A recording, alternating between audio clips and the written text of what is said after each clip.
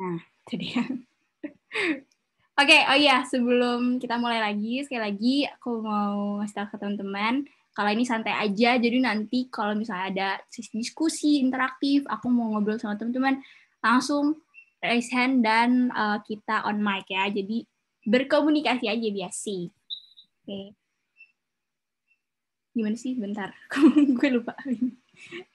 Oke, halo. Nah, ini reading the news. Tadi udah sempat pada mungkin mendengar si mendengar, membaca. Bentar, aku kayak suaranya gema gini. Bentar.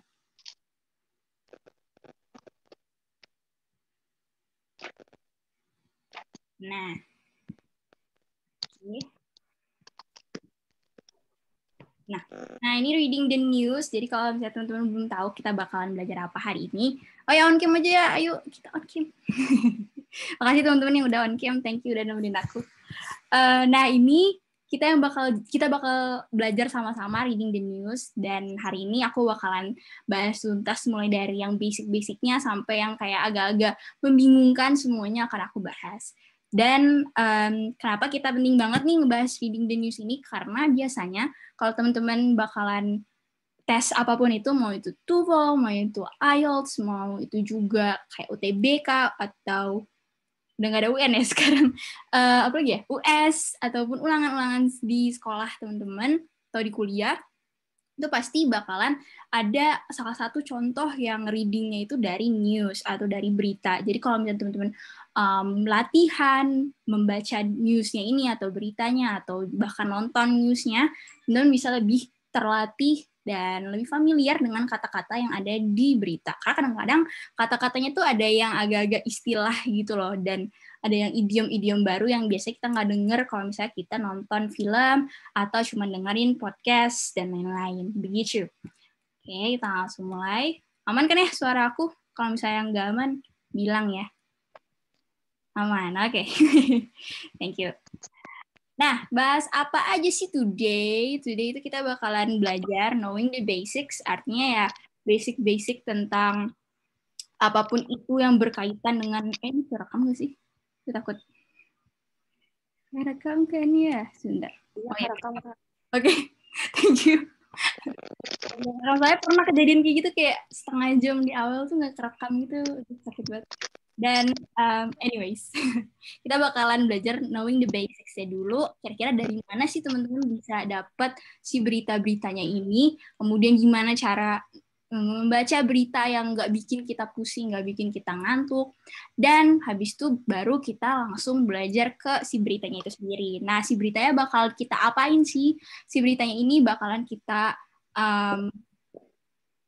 analisa vocabulary-nya dan idiomnya, dan juga nanti bakalan kita analisa si grammar-nya. Jadi secara struktur tuh kayak gimana sih biasanya gitu ya berita. Dan ini tadi aku udah lumayan lihat nih teman-teman udah pada nyiapin catatan mungkin ya. Boleh banget langsung dikeluarin aja catatannya dan ditulis, tapi nggak usah buru-buru karena nanti aku bakalan bagiin si PPT-nya ini seperti biasa di Google Classroom, dan Google Classroom kodenya bakalan aku share di akhir kelas gitu ya. Right, analisis, ya itu analisis yang tadi. Nah, tapi sebelumnya nih ada semacam, apa ya, aku pengen nanya-nanya aja sih, soalnya aku lumayan agak penasaran karena biasanya orang-orang kalau baca berita nggak semua dibaca gitu ya. Misalnya aku personally gitu sukanya baca berita yang tentang musik gitu, yang lebih gosip-gosip gitu, atau mungkin aku bahkan lebih suka baca-baca berita tentang lingkungan.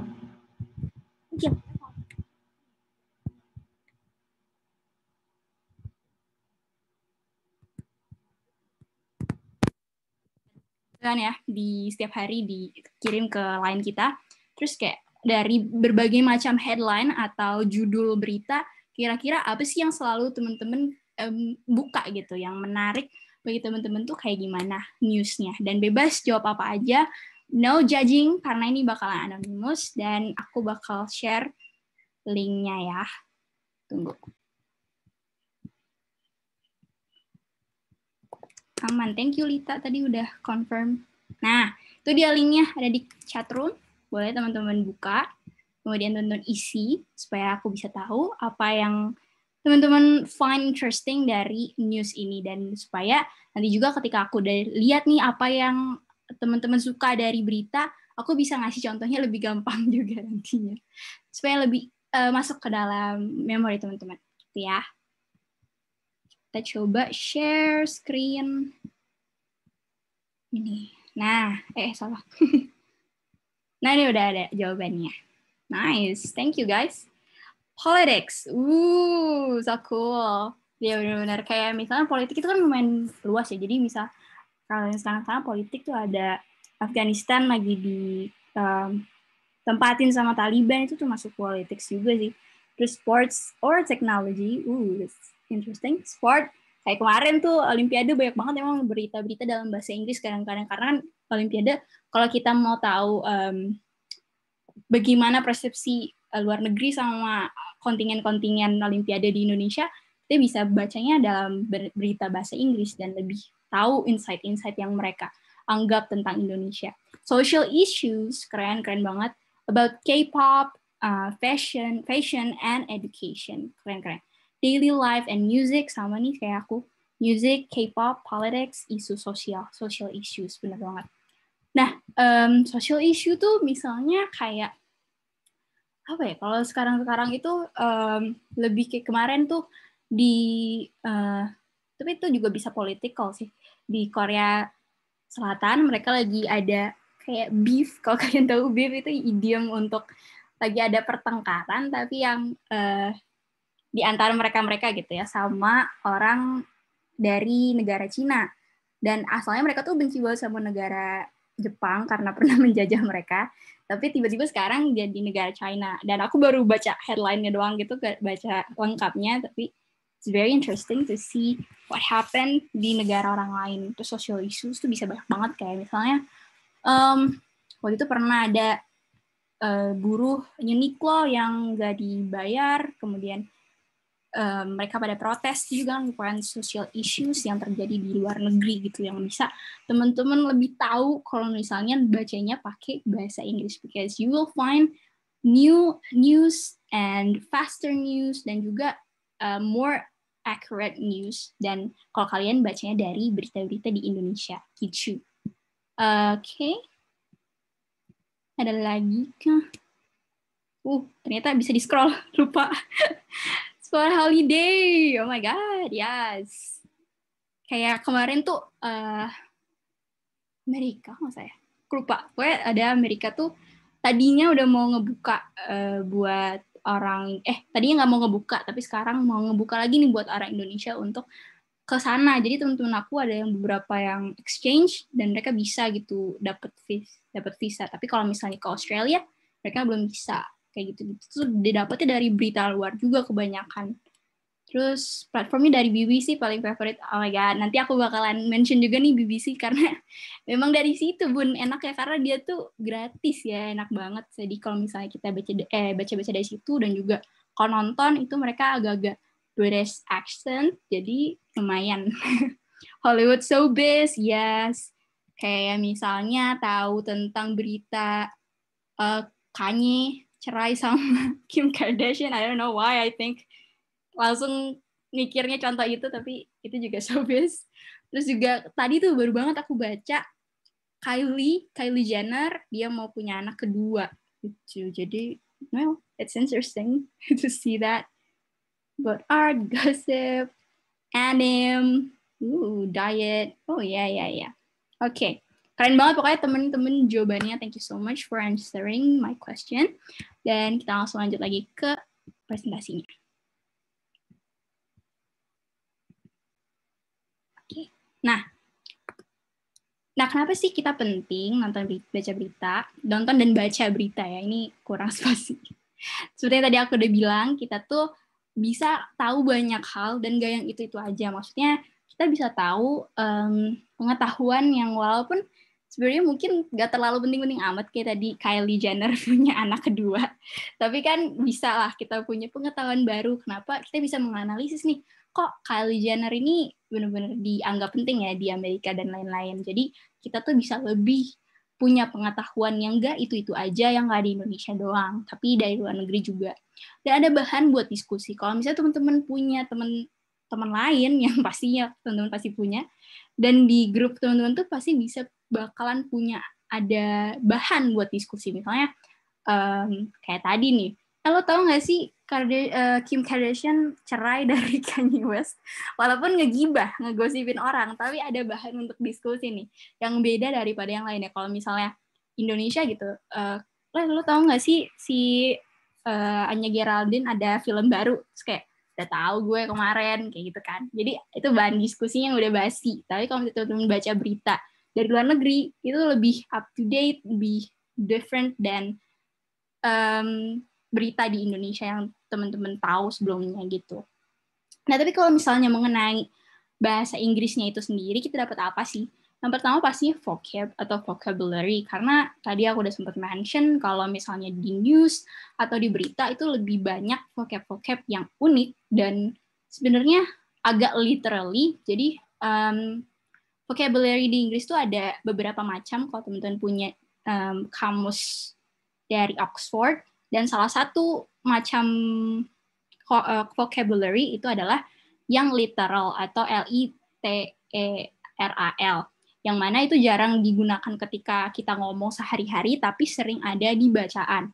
Jadi Pak Nadiem Makarim itu sering banget ngomong-ngomong berbicara menggunakan vocab-vocab yang kayak gini, yang literal, yang sebenarnya itu nggak kita dengar di percakapan sehari-hari, tapi karena dia orangnya pintar ya, pretty smart, jadi dia pakai kata-kata yang literal yang biasanya adanya di tulisan. Nah, jika ingin menjadi Nadiem Makarim, bacalah berita seperti itu. Kemudian idiom.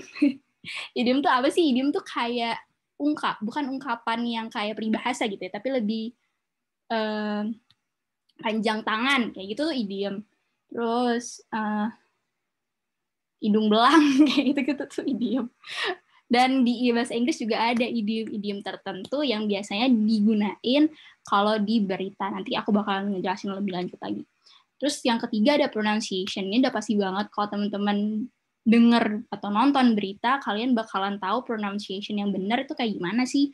Ketika contohnya them, THEM, atau mereka dalam pronoun untuk apa ya, bukan kepunyaan, lebih kayak pronoun untuk ngasih tahu dia atau them, itu berbeda kalau misalnya teman-teman gunain them di tengah dengan gunain them di akhir kalimat. Kalau di tengah, teman-teman bisa ngomongnya them.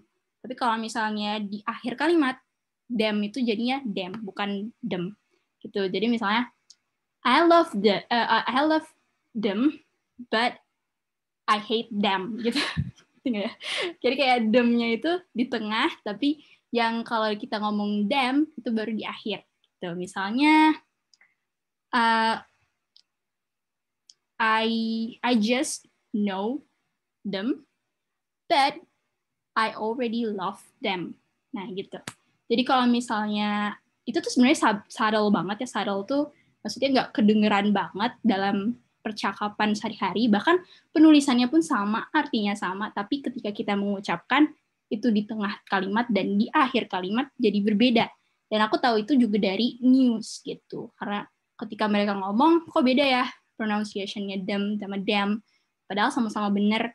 Jadi kapan sih digunakannya pronunciation ini? Nanti teman-teman bisa tahu dari situ. Dan bentar, agak-agak haredang bahasa Sundanya atau panas ya sebentar. Oke, teman-teman. Panas nggak sih? Oke. Atau aku gara-gara rambutnya digerai.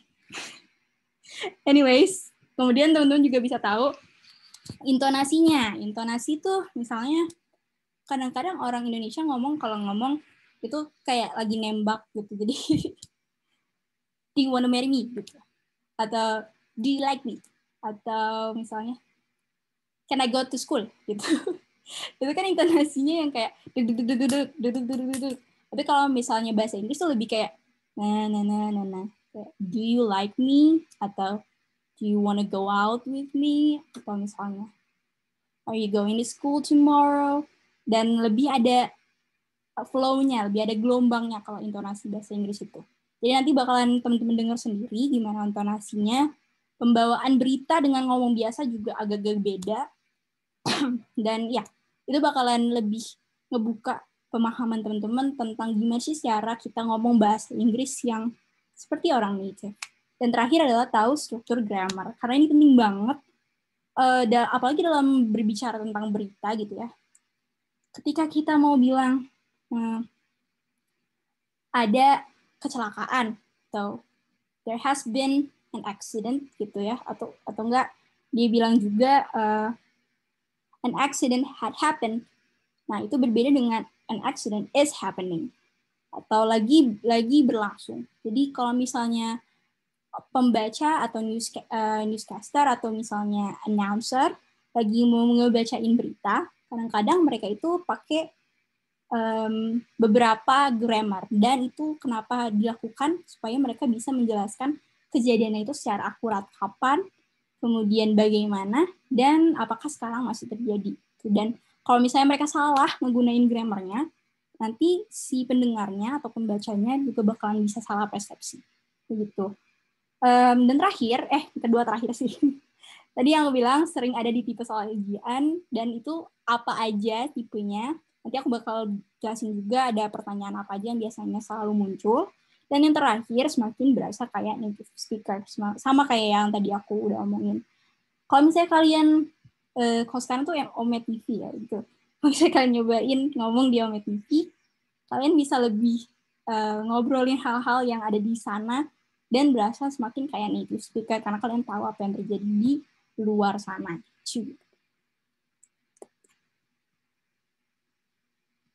Nah, berita bahasa Inggris bisa dapat dari mana aja sih? Tadi teman-teman ada yang udah sempat mention kalau bisa dapat dari BBC. BBC ini kayaknya British Broadcasting Channel, nggak tahu. Tapi teman-teman bisa searching sendiri. Cuman yang aku tahu itu benar-benar itu dari Inggris. Jadi kalau misalnya mau dengerin itu, aksennya agak-agak accent British, which is not my accent. Aku lebih kayak belajar dari USA atau dari American accent. Dan ada Apple News nih, ini aku baru tahu banget teman-teman. Jadi kalau misalnya HP teman-teman adalah Apple, kalian bisa langsung download Apple News dan dapat gratis. Dan itu tuh dalamnya ini seperti yang kalian lihat di pojok kiri, ada banyak banget berita dari mana aja. Misalnya Vogue, itu majalah fashion. Kemudian ada Vanity Fair, itu kayak showbiz gitu. Terus New Yorker, itu tentang politik, tentang isu sosial, dan lain-lain. Dan banyak banget semuanya dari A sampai Z ada di Apple News itu. Cuman kalau misalnya teman-teman pengen akses semuanya, itu ada Apple News Plus, dan itu harus bayar sekitar $7 atau $8 per bulan gitu. Jadi lumayan pricey, cuman lumayan worth it sih menurut aku. Tapi aku nggak langganan. Kalau misalnya mau gratis, ini ada dari 4 bawahnya, yaitu USA Today. Ini gratis banget, dan ini merupakan jurnalis Amerika. Jadi kalau misalnya mau dengerin American accent, USA Today. BBC tadi yang Inggris, terus CBS News juga itu American accent. Dan mereka itu gratis banget, bahkan kalau misalnya teman-teman ngunjungin websitenya yang sebelah kiri atas ini, itu ada film 30 menit panjangnya ngebahas tentang wildfire atau kebakaran yang pernah terjadi di Los Angeles, dan dia itu mendokumentasikan kebakaran itu, dan yang direct atau yang mensutradarakannya itu adalah orang yang pernah menang Oscar, piala Oscar. Jadi benar-benar bagus banget, dan itu gratis dari awal sampai akhir, nggak ada iklan.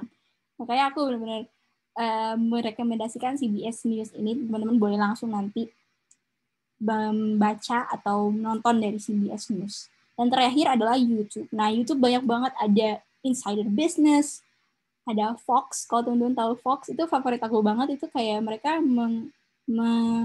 cover banyak hal sejarah di dunia yang sebenarnya kita nggak tahu gitu. Misalnya, kalau dulu di New York ada kota kecil lagi dalamnya, dan sekarang udah nggak ada lagi kota itu. Atau bahkan Fox juga pernah nge-cover kehidupan preman di Indonesia yang kalau nggak salah adanya di Jakarta gitu. Dan itu padahal orang Indonesia ya, tapi yang covernya orang Fox, mereka pakai bahasa pengantarnya bahasa Inggris. Jadi banyak banget di YouTube, tinggal cari aja keywordnya apapun yang teman-teman suka. Kalau kamu suka politik, tinggal tulis aja politik news today, atau misalnya teman-teman sukanya musik, ya udah music news today, dan lain-lain. Alright. Nah, langsung nonton, ini agak cepet ya. Tapi kita bakal nonton, ini lumayan lama, 5 menitan gitu. Dan judulnya adalah beritanya. Berita itu sebenarnya banyak banget, nggak cuman yang dibacain sama reporter atau misalnya dibacain sama newscaster, tapi ada juga berita yang merupakan dokumentasi. Dan salah satunya adalah ini. Ini tuh semacam infografis video gitu, tapi seru banget, seru abis. Judulnya adalah What Will Happen When Queen Elizabeth II Dies?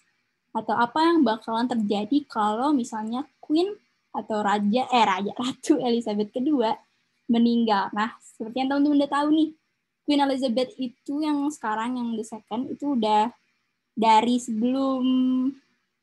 dari Perang Dunia Kedua sampai sekarang masih hidup. Nah, jadi orang-orang kayak kok bisa nih orang yang masih hidup aja, panjang umur banget. Nah, gimana sih kalau misalnya dia meninggal? Apa yang terjadi dengan Inggris, bahkan apa yang terjadi dengan dunia kalau misalnya si Queen Elizabeth II ini meninggal. Nah, aku bakal play dulu ya. Kalau misalnya nggak kedengeran suaranya atau apapun, tolong bilang.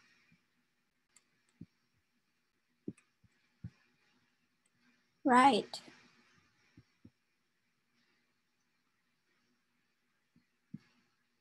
Kalau misalnya ada, jadi nanti kalau misalnya ada kata-kata yang teman-teman nggak tahu, langsung catat ya, karena kita bakalan bahas sama-sama, oke? Okay? Alright. Nah, sound.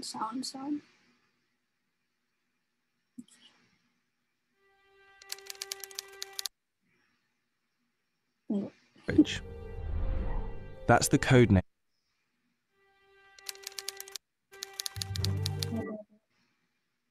Pakai teks biar lebih gampang. Kok nggak bisa gunain sih, bentar. Panik. Nah. Okay. Operation London Bridge.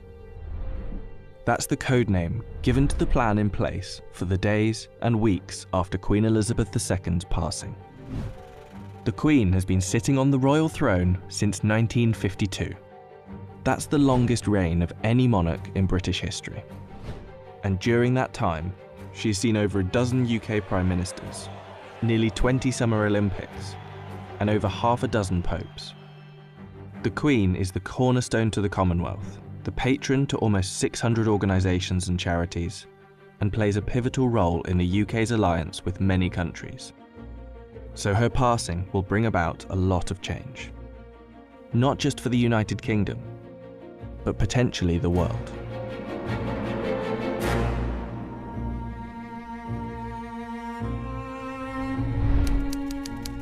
Her private secretary, the Right Honourable Edward Young, will immediately pass a message on to the acting Prime Minister at the time.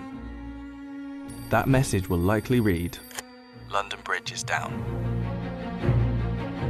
The Prime Minister will then set Operation London Bridge into action. Within minutes, the 15 governments outside of the UK where the Queen is head of state will be informed over a secure line.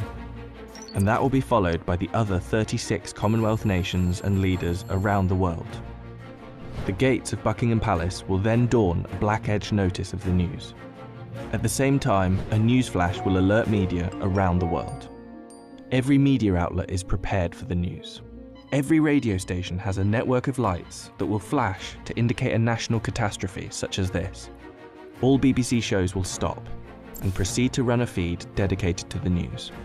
Newsreaders will change into the black suits and clothing that is on hand at all times in the news studio, and the traditional red BBC News branding will turn black. Newspapers, TV channels and radio stations have days of coverage ready to go.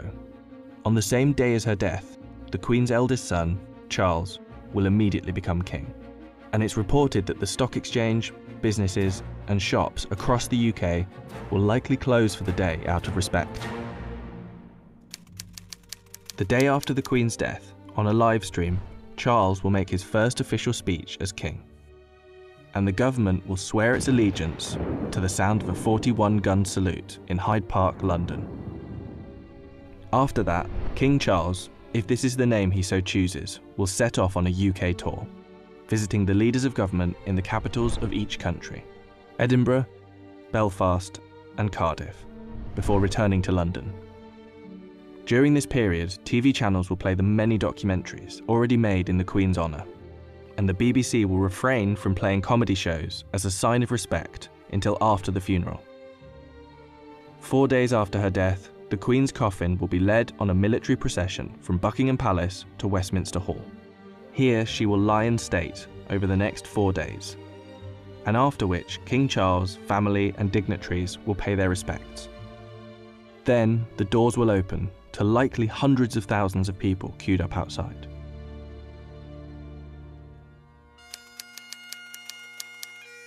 The funeral is estimated to take place 10 to 12 days after the Queen's passing. But one thing is certain: the day of the funeral will be an official bank holiday for the whole of the United Kingdom. The stock exchange will close for a second time in under 2 weeks, and many businesses will follow suit. At 11 a.m. sharp, the bells of Big Ben will chime, the country will fall silent, and the coffin will be brought inside Westminster Abbey, where 2,000 specially invited guests will bow their heads in prayer. After the service, the coffin will be taken to Windsor Castle, and then finally to St George's Chapel, where Queen Elizabeth II will likely be laid to rest next to her father, King George VI. Likely within a year after the funeral, an official coronation for King Charles will take place on yet another bank holiday. All in all, accounting for the multiple bank holidays, funeral expenses, and coronation celebrations, the Queen's passing is estimated to cost the UK economy billions of pounds. In addition, hundreds of changes will happen across the UK in the months to come. New British currency will be printed with the King's portrait, and the Queen's currency will slowly be removed from use. The same will happen for stamps, passports, and police and military uniforms, and the national anthem will be changed to God Save the King. Not to mention how the world and Commonwealth will react to the new king could alter the British royal family forever. For example, there is growing support in Australia for the country to become a republic, and the Queen's death could heighten that support. This could lead other countries to follow suit, which would almost certainly weaken the British monarchy. This scenario will one day be upon us. Operation London Bridge will be triggered, and arguably the biggest funeral of our lifetime will be witnessed around the world. This will be the end of an era.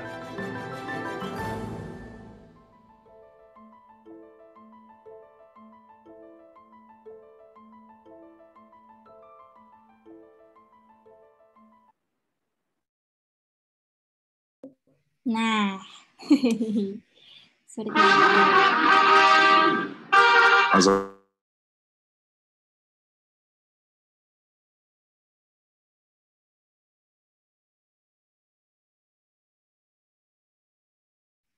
ya Allah, maaf guys, tuh pas gue post terus kayak tiba-tiba ada suara trompet itu di mana tadi? Oh, ternyata dari situ. Okay. Nah, tadi itu dia apa yang bakalan terjadi kalau misalnya Queen Elizabeth yang kedua atau the second, karena yang pertama itu zaman dulu banget ya, Queen Elizabeth. Yang sekarang the second ini meninggal gitu. Apa aja yang terjadi dengan Londonnya itu sendiri, terus misalnya sama dunia, bahkan karena tadi ada yang pada tutup misalnya stock exchange dan bahkan business dan lain-lain tuh tutup, bahkan bank pun ada yang tutup di hari ketika si Queen ini diistirahatkan dan dikubur ya. Mengkaget. Sorry. Gue juga kaget, gue kira ada apa tadi ya, siapa yang di belakang, kayak gue di belakang gitu, belakang gue lagi pada dengerin. Oke, anyways, kita lanjut lagi. Semoga tadi teman-teman ada beberapa kata yang udah dicatat gitu ya. Aku bakalan share lagi. Wait, mana sih? Bentar ya. Ketutup.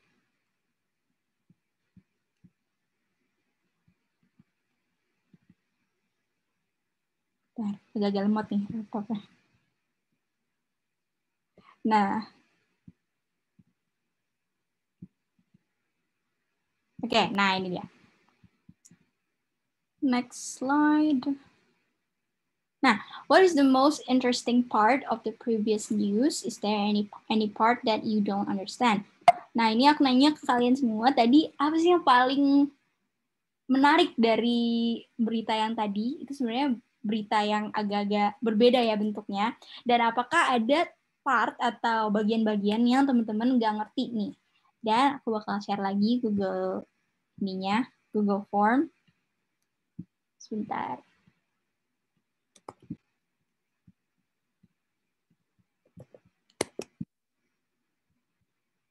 Ya, situ boleh langsung teman-teman isi. Dan lagi-lagi ini anonim, jadi kita belajarnya bisa sama-sama gitu. Teman-teman mau nulis apapun di situ, dan siapa tahu nanti yang lain, kalau misalnya dia nggak tahu juga tadi, bisa jadi tahu sekarang kalau misalnya ada yang nanya di situ.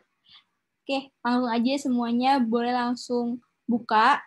Kalau menurut aku sendiri sih tadi yang paling interesting part of the previous news yang tadi itu, ketika Charles, kalau misalnya dia jadi king atau jadi raja, ketika diangkat setelah queen-nya meninggal, dia boleh ganti nama.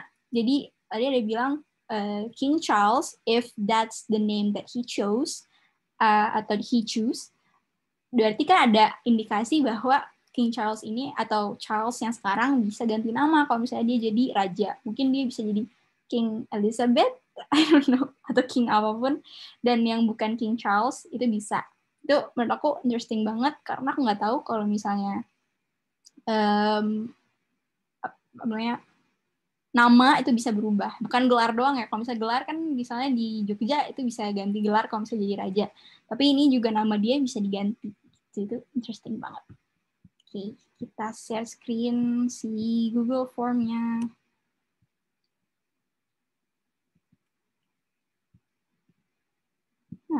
Nah ini udah ada nih. Alright, Charles will be the king. Betul.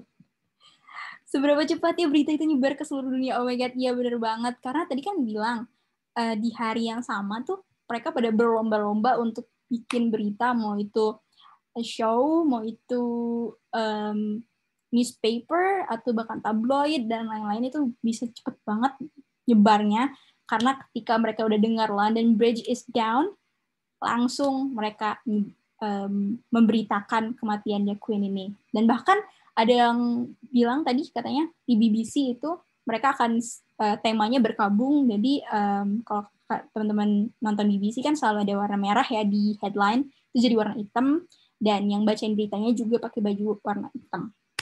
Ada perubahan lirik, passport. Nah ini juga, iya sumpah ini juga, kok aku lupa ya, ini juga menarik banget.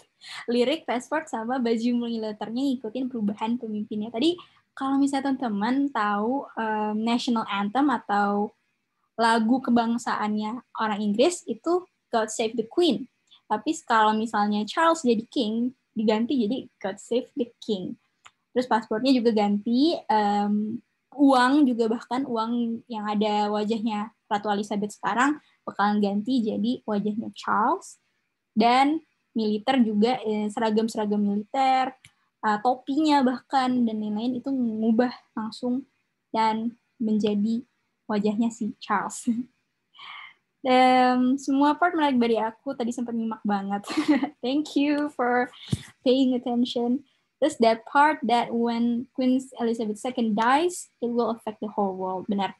Jadi kan kalau misalnya Inggris kan ada Commonwealth, itu kayak persekutuan Inggris gitu, nggak cuma negara Inggrisnya doang, tapi misalnya Australia atau bahkan New Zealand dan lain-lain, Wales atau Skotlandia dan lain-lain, itu mereka ada di bawah kepemimpinan Queen Elizabeth. Kalau misalnya ada perubahan dalam politik, yaitu Charles naik, itu bisa jadi goncang politiknya, dan bisa jadi mereka pengen memisahkan diri, bahkan membentuk negara republik gitu. Dan ya ini yang bagian UK bisa berubah jadi negara republik, benar-benar. The most interesting part waktu itu, Ratu akan diistirahatkan atau meninggal, ada bank yang tutup, Ratu bakal ada di mana-mana, kayak mata uang ini. Betul. about how Prince Charles is the longest on the waiting list, yet people of British didn't really like him. Bener banget. Jadi teman-teman kalau misalnya tahu skandalnya ya dari Prince Charles ini, beliau, aduh jangan tangkap saya, kerajaan Inggris, mohon maaf, tapi mau agak-agak gibah dikit gitu ya. Si Prince Charles ini allegedly itu dituduh selingkuh dari Princess Diana dengan Camille, kayaknya namanya Camille deh, Camille. Dan kenapa mereka tuh nggak suka banget rakyatnya, karena itu mereka tuh cinta banget sama Princess Diana, tapi udah secantik itu, sepintar itu, sekeren itu, ternyata tetap diselingkuhin cuy sama King Charles. Jadi mereka agak-agak salty gitu sama King Charles. Dan kalau misalnya dia jadi raja, nggak tahu deh apa yang terjadi dengan Inggris. Kasian juga ya. Oke, nah ini any part yang you don't understand apa nih? Ada yang bilang about the Australia. Apa nih yang about the Australia? Mungkin ininya kali ya. Kenapa ikut keseret tadi ya? Karena Inggris itu punya Commonwealth atau persekutuan di mana semuanya itu Perdana Menteri dan ratunya satu, yaitu Queen Elizabeth yang sekarang. Jadi Australia itu juga cuma punya Perdana Menteri doang. Kalau teman-teman tahu, Perdana Menterinya Australia has a very weird hair. Sorry Pak. Terus New Zealand tuh sekarang Perdana Menterinya cewek. Keren banget beliau. Dan mereka itu semua di bawah Queen. Dan Queen ini edan sih, maksudnya keren banget bisa tetap menjaga stabilitas politik. Gitu. Terus ada yang bilang pivotal, allegiance, dan allegiance, dignitaries, arguably, sorry. Pivotal role itu adalah peran penting. Jadi tadi sempat dibilang kalau the Queen have blah blah blah blah and pivotal role to the stability of the Commonwealth. Nah, pivotal itu artinya adalah peran penting, pivotal role. Terus allegiance nanti aku bakal share lagi apa artinya, dignitaries juga, dan arguably. Kalau arguably itu tidak bisa didebatkan lagi gitu. Itu merupakan adverb atau kata keterangan. Nanti yang dua ini akan aku jelasin di PPT. Kemudian yang jelasin bang-bang gitu aku kurang nangkep sih. Ya tadi jadi katanya kalau misalnya lagi ada 3 hari di mana itu pemakamannya Queen Elizabeth, di 3 hari itu bank bakalan libur untuk menghormati kematian Queen Elizabeth gitu. Jadi bank itu libur dan nggak ada lagi yang stock exchange atau saham, itu juga ditutup. Dan bisnis-bisnis lain yang selain bisnis-bisnis yang penting itu tutup juga. Reign itu nanti aku jelasin juga ya di PPT, soalnya ada di PPT semua. Popes gak ada. Popes itu kayak kalian tahu nggak sih Popes itu? Aku bukan Katolik, teman. Setahu aku Popes itu yang kayak paling tertinggi dari pemuka-pemuka agama di Katolik, yang mana itu kayak hampir sepantar gitu sama Queen kedudukannya. Prime Minister, Perdana Menteri, katastrofi itu kehancuran atau kerusakan gitu, katastrofi itu. Dan coffin itu artinya tempat box untuk di orang itu dimakamin. Jadi peti mati. Altar itu wujud lain, altering dan mengubah, itu juga altar. Terus bentar. Chime nanti aku juga jelasin. Ini ada yang lengkap banget. Okay. Why did the Queen's image on the passport and money icon have to change when Queen Elizabeth was replaced?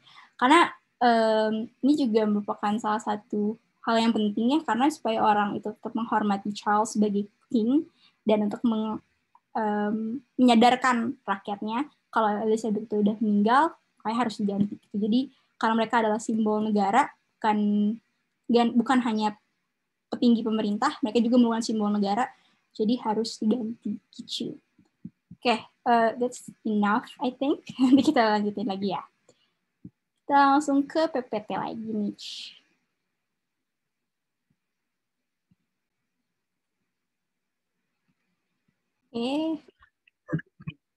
Sorry. Ada yang bilang nggak bisa langsung Pangeran William. Aduh, pengennya juga gitu ya kayaknya orang-orang. Ini nggak bisa ternyata, sayangnya guys, dia second in line. Wait. Salah.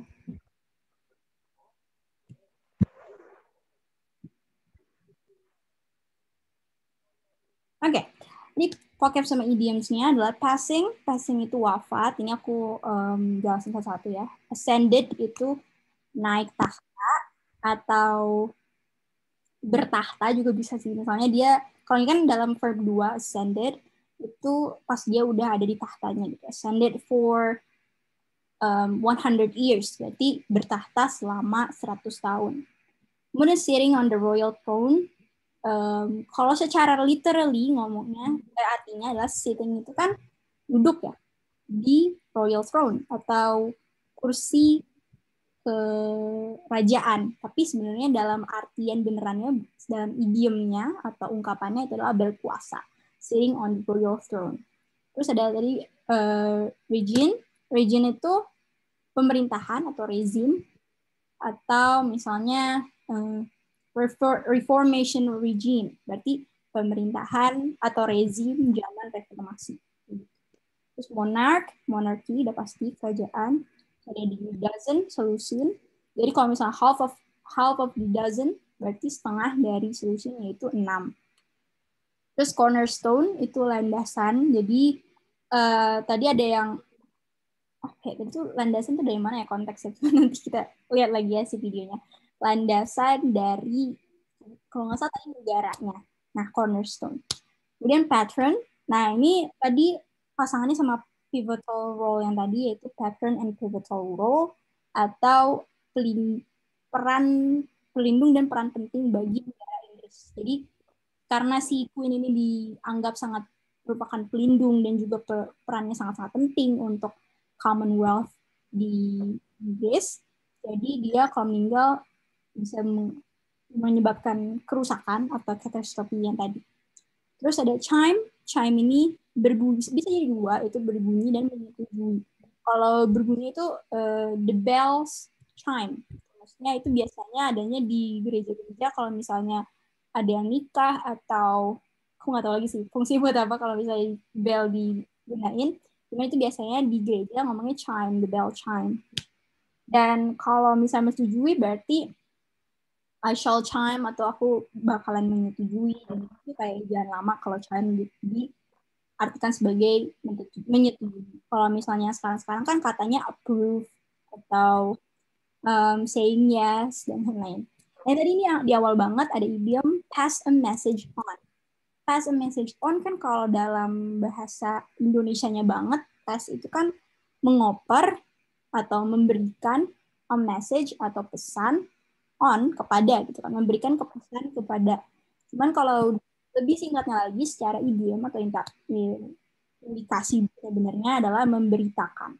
Jadi siapa ya yang pass the message on to, kayaknya Prime Minister deh, kepada Prime Minister. Jadi he pass a message on, berarti dia memberitakan Prime Minister. He pass a message on to the Prime Minister, dia memberitakan Perdana Menteri.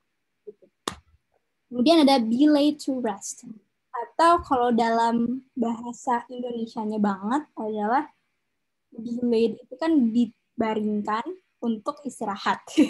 Tapi kalau misalnya singkatnya berarti artinya adalah diistirahatkan atau dikebumikan, atau cara kasarnya lebih dikubur. Dan ada coronation. Kalau teman-teman nonton Frozen, saya bilang it's coronation day. Nah, itu adalah ini adalah hari pemahkotaan. Coronation itu pemahkotaan. Dan tadi kan kalau misalnya habis Queen meninggal, si Charles langsung mengadakan coronation atau pemahkotaan tuh tadi itu konsepnya, konteksnya. Dan yang di paling akhir mereka bilang itu panas atau ada di masa depan. Ini tadi berapa aja sih dari vocabs dan idiomnya. Sebenarnya masih banyak banget, cuma tidak cukup. Waktunya udah mau jam. Oke, langsung lanjut lagi. Nah, sekarang kita bisa mulai speaking. Ini bebas banget, teman-teman mau ngomong kayak gimana aja, santai. Coba ceritain ke aku satu artikel yang pernah teman-teman baca, mau itu baru-baru ini atau udah lama, yang benar-benar ada di benak teman-teman dan menurut teman-teman itu super duper menarik. Kira-kira ada nggak sih satu artikel yang benar-benar masih teman-teman ingat sampai sekarang gitu? Ya, ceritain ke aku aja, kan kalau udah siap. Iya, ini it's time for you to shine. Ayo kita speak.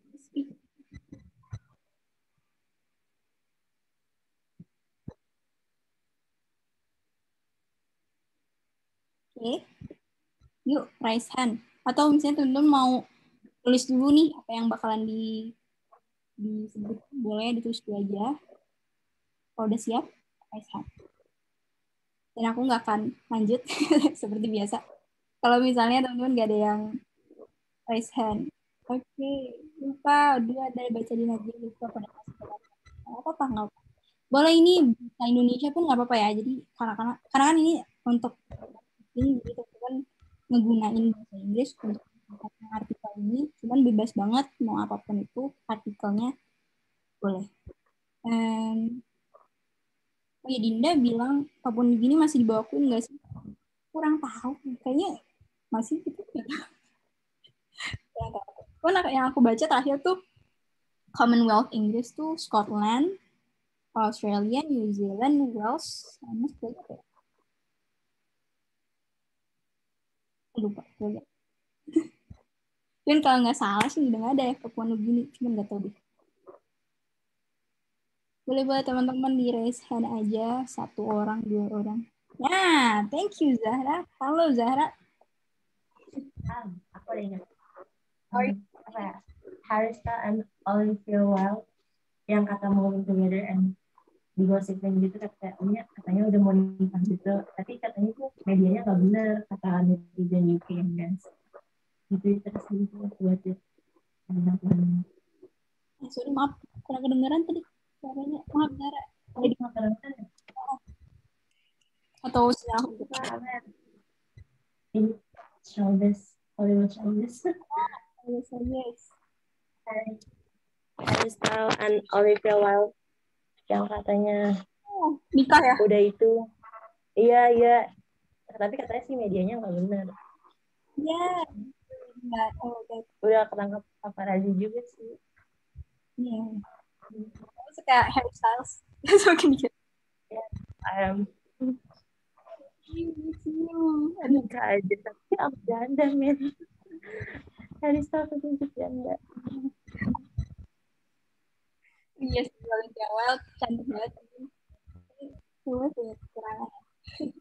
Iya, sumpah waktu itu when I read that news, I was very shocked, I guess, karena the way that they portray the marriage announcement kan di tabloid gitu, terus kayak headline, ada foto-foto buat, ada biasanya kan tabloid Inggris gitu ya, ada deskripsi gitu, Olivia Wilde and Harry Styles are getting married, atau bahkan udah married karena jadi suatu hati for her. Tapi ternyata cuma berita bohong ya. Aduh, sedih banget. Yang berita Ibadah sih. Turns out to be a hoax. Thank you for sharing your story, Zahra. So interesting. Ada lagi yang mau nyoba, guys?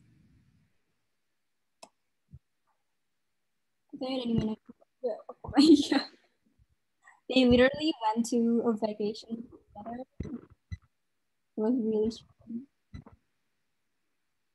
I think he likes older women for some reason. Ada lagi guys yang mau cerita nih? Gak pakai bahasa Indonesia juga. Is there anyone that wanna share some stories with me? Yang kemarin tuh ada beberapa orang, kayak 5 orang lebih gitu ya, yang speaking bareng. Nah, kapan lagi guys? Rencananya aku pengen bikin Discord untuk ngomong pakai bahasa Inggris, cuman gimana nih menurut kalian? Is that really necessary or not? Monet, thank you. Boleh juga sih. Ayo, boleh 2 lagi tuh, 1 orang lagi juga nggak apa-apa. Sebelum kita lanjut lagi nih. Biasanya tuh Inggris bersama paling aktif. Maybe Zaza, Fan mau, tapi aku harus nggak apa-apa. Me too. Karena kan kita nggak ada di lingkungan bahasa Inggris ya. We're not surrounded by people that talk in English. So whenever we want to talk in English, kita kayak susah gitu. Makanya inilah teman-teman satu-satunya, bukan satu-satunya sih, salah satunya cara untuk teman-teman langsung aja nyoba. Karena the truth is I'm not really that good either in speaking. Ya yuk, langsung aja coba. Karena di Landek so bisa. Oh my god, before we continue, aku mau cerita juga. Jadi dulu aku kan pernah soal Inggris gitu ya waktu lagi SMA. Itu udah lama banget. Terus akhirnya aku jadi best friend-an sama orang yang ngejek aku ini. Jadi teman aku di angkot, kan kita mau camping gitu di atas Bandung, terus kita naik angkot gitu. Dan aku ngomong bahasa Inggris sama temanku yang bisa bahasa Inggris gitu. Terus dia di depan, terus dia kayak ngeledek gitu. Ngeledeknya yang lucu sih sebenarnya, cuma aku waktu itu sensi gitu. Dan ternyata aku malah temenan sama dia sekarang sampai, dan memang orangnya lucu gitu. Jadi kadang-kadang it's okay to get mocked on, kayak diledek, it's okay, it's fine. Sometimes you gotta be confident. Satu lagi guys, ada berita apapun, boleh tadi kayak showbiz gitu, doesn't matter. News is still news. Oh ini ada yang recent, aku nggak nyadar. Halo Anissa, oh my god, I'm sorry. Hello. Sorry, I didn't know this before. So what kind of news that you read? Kemarin sempet lihat yang atlet-atlet Rusia pakai doping pas di Olimpiade gitu. Really? Oh my god, doping as in drugs kayak obat gitu ya? Ya, obat-obatan. So, mereka gimana? Di or not? Terus ada yang speak up orang Rusianya, mereka dilindungi sama orang Amerika yang speak up. Oh, that's so crazy. I think that every single year, when there is Summer Olympic, pasti ada aja skandal tertentu ya, dan juga rame. Yeah. Oh, that's cool. Aku belum pernah dengar sih beritanya itu. Keren. Thank you, Anissa, for telling me that. Cinta Laura, kenapa Cinta Laura Maharani? Aku cuma tahu dia ketika dia ngomong, people nggak tahu kalau aku sebenarnya smart. Kata Cinta Laura. Kenapa tuh Cinta Laura Maharani? Last one. Dia nggak punya anak. Oh, child free gitu ya. Dia lagi in banget kayaknya berita sosial itu, child free movement. Well, it's a choice, I guess. Tapi ya, kayak gitu Sapi. Well, I don't know, people are kind of having a second thought to have kids because of the current situation, karena mungkin udah terlalu banyak orang kali ya di dunia ini. But yeah, it's weird, but yeah, lagi diperdebatin. Thank you for telling me your stories dan the news that makes you wanna read. Really interesting. Aku juga pengen baca-baca lagi lebih banyak karena kayak tadi tuh aku baru tahu yang Olimpiade tadi dan lain-lain. Iya, Taliban lagi banyak banget. Sampai agak-agak serem gitu ya, ada yang naik pesawat di kakinya pesawat gitu dan meninggal karena jatuh and everything. Well, let's just hope for the best. Anyways, let's continue. Nah, ini adalah salah satu berita yang mau aku bacain ke teman-teman semua. Aku bakalan sambil ngajak teman-teman untuk membongkar pemikiran teman-teman tentang gimana cara pronounce suatu kata. Karena aku sekarang belajar bahasa Inggris sendiri dan aku juga ngedengerin sambil ngucapin ulang. Jadi semoga yang aku ajarin ke teman-teman ini bisa lebih masuk gitu. Oke, kita mulai dari judul dulu. Okay. Ini boleh teman-teman screenshot dan nanti kalau misalnya teman-teman pengen speaking sendiri di rumah boleh. Oke, let's start. Sorry kalau misalnya aku bakal ada keselipet gitu ngomongnya. Oke. New Zealand enters nationwide lockdown over one COVID case. Kalau misalnya kita translate artinya, sorry, ada yang lupaan gitu. Oke. Kalau misalnya kita translate artinya adalah New Zealand memasuki lockdown skala nasional karena satu kasus COVID. Now, how to pronounce New Zealand? Kadang-kadang orang bilang New Zealand, which is not true. How to pronounce New Zealand is New Zealand, kayak L-E-N, land. Dan land di sini karena ada kata-kata Z di depannya, dia nggak terlalu kebaca kayak land, tapi New Zealand, L-E-N. Kalau misalnya teman-teman pengen ngomongnya New Zealand, itu nggak ada Z-nya, kayak land aja. Misalnya, I have a land back in my hometown. Aku punya tanah di kampung halamanku. Nah, itu baru ngomong land-nya land. Kayak landing, an airplane landing, nah itu juga landing, bukan L-E-N doang, tapi ada D-nya kebaca. Tapi kalau New Zealand, dan nanti ada Auckland, itu D-nya nggak usah dibaca, kayak land aja biasa. New Zealand. Kemudian enters. Nah, biasanya orang Indonesia itu S-nya suka nggak dipakai, jadi enter ada S-nya padahal mereka nggak pakai S-nya. Nah, harusnya baca juga S-nya supaya kita bisa tahu New Zealand ini adalah suatu negara di mana kalau kita cocokin jadi grammarnya adalah present tense, harus ditambahin dengan S, itu enters. Nationwide lockdown. Nation kalau misalnya teman-teman pengen ngomong nation, itu jangan nation atau nation ya gitu-gitu, tapi kayaknya jadi S, nation, nationwide atau national anthem atau national pride dan lain-lainnya, nation atau negara itu dipakainya S. Nationwide di sini skala nasional dalam artian kalau kita kan lockdown juga ada yang skala nasional dan ada skala Jakarta dan lain gitu ya. Lockdown ini ada intonasinya lockdown, down, kayak W-nya tuh diputer gitu, down. Boleh teman-teman cobain down to earth, keep on falling when I know. Itu kan lagunya One Direction. Jadi cara ngomong down itu W-nya agak dibaca, lockdown. Over one COVID case. Over, nah kalau mau teman-teman ngomong over, jangan ada perbedaan antara V dengan F. Kalau V di bahasa Inggris tuh benar-benar kebaca ketika kita ngomong V lebih berat di leher, jadi kayak v. Tapi kalau misalnya F itu di atas, v gitu. Misalnya ferry atau kapal ferry boat. Nah itu kan F-nya di atas ketika kalian ngomong. Kalau misalnya V, kayak misalnya very good, itu ngomongnya agak-agak deep di kerongkongan, very. Over, bukan over. Dan R-nya juga jangan terlalu baca kayak over. R-nya bukan R.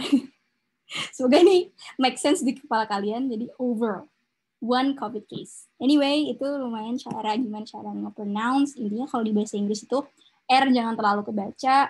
Terus V sama F itu beda ya bacanya, ada V sama F. Kemudian kayak ini COVID itu kalau kita kan ngomongnya COVID, jadi F-nya tuh ada di atas. Kalau misalnya bahasa Inggris ngomongnya COVID, di bawah F-nya, V-nya, sorry. Gitu. Kembali ke ini nggak sih?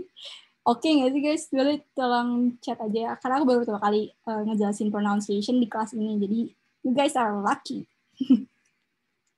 Terus, New Zealand has announced a snap lockdown after a man tested positive for COVID, the first case in 6 months. Artinya New Zealand telah mengumumkan lockdown secara darurat setelah seorang pria terbukti positif dengan COVID. Di mana orang ini itu merupakan kasus pertama untuk 6 bulan. Nah, kalau misalnya teman-teman baca berita, sebenarnya cukup banget untuk baca kalimat utamanya doang. Di mana di sini adalah kalimat utamanya, New Zealand has announced a snap lockdown after a man tested positive for COVID, the first case in 6 months. Dari situ aja teman-teman udah tahu kalau oh ada lockdown di New Zealand. Kenapa lockdown? Karena ada satu orang doang nih yang tiba-tiba positif karena COVID. Gitu. Dan kapan lockdownnya atau berapa lama itu bakalan dijelasin lagi di paragraf selanjutnya. Yang penting teman-teman tuh udah tahu konteksnya apa. Ini itu sih, kalau misalnya baca berita tuh baca kalimat utamanya, baca headline-nya, kemudian baru yang bawah-bawahnya, biasanya yang penting-penting itu kayak tentang waktu, tanggal, atau berapa hari, dan siapa yang ngomong. Atau misalnya, kalau di sini penyakitnya apa, misalnya Delta variant, atau Alpha variant, dan lain-lain. Gitu ya, jadi ada beberapa hal yang selalu ada di news, yaitu satu ulang lagi, tanggal, kedua waktu, yang ketiga orangnya, kalau di news ini adalah Prime Minister Jacinda Ardern, dan yang terakhir adalah apa yang lagi dibahas itu, misalnya kalau ini pandemi, karena COVID-nya jenis apa. Gitu. Anyways, itu cara kita langsung tahu gimana menranslate news secara sekelibet aja atau secara cepat. Nah, the case was detected in Auckland, which will be in lockdown for a week, while the rest of the country will be in lockdown for 3 days. Nah, ini merupakan kalimat yang bertingkat. Kalau misalnya teman-teman udah pernah ikutan kelas aku sebelumnya, ada kalimat yang bertingkat, yang banyak komanya, atau yang punya beberapa kalimat dalam satu kalimat. Yang pertama, ini the case was detected in Auckland.